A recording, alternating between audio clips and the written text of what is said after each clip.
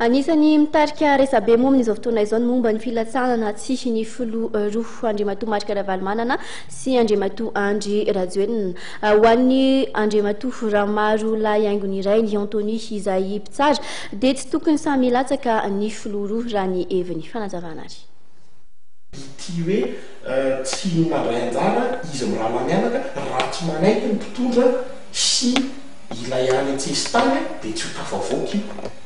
ary ny zavatra ifanekena nefa ohatra ka atao aza avaintsika tsotra tsisy mangidy ohatry ny sakaiky izy ny tolo fa rehefa ny fanekena telina foana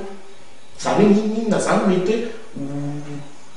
hoe fahavoazana orinan'ny fanekena azy hoe lasa tsy afaka mipirotsaka tsony a dia tsy ho lasa président tsony a dia mety hoe tsy afaka vengeance tsony na hoe tsy afaka anao tsy haiko tsony a dia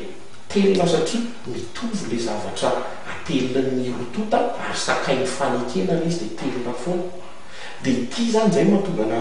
ohatry hoe miditra amin'ity le hoe tsy miditra izy mirana mianaka ity satria ny anankiray a efa manaiky efa mieritreritra ary anankiray lazaiko hoe eo amin'ny fitondrana io le manaiky io le amiko lafiravalomana any an-tsesitany zany sisa no hoe tokony manaiky sa tsy manaiky. Ina ny antony mahatonga azy tsy manaiky mitseratra eo mpanarabavao ianao mpandinika ina mety mahatonga azy tsy manaiky. Ny antony aloha zany dia izy reny mba mahalala azy fa ny angamba ny hoe amin'ny hoe proposition entiko hoe tokony tsy latsaka izy roalahy dia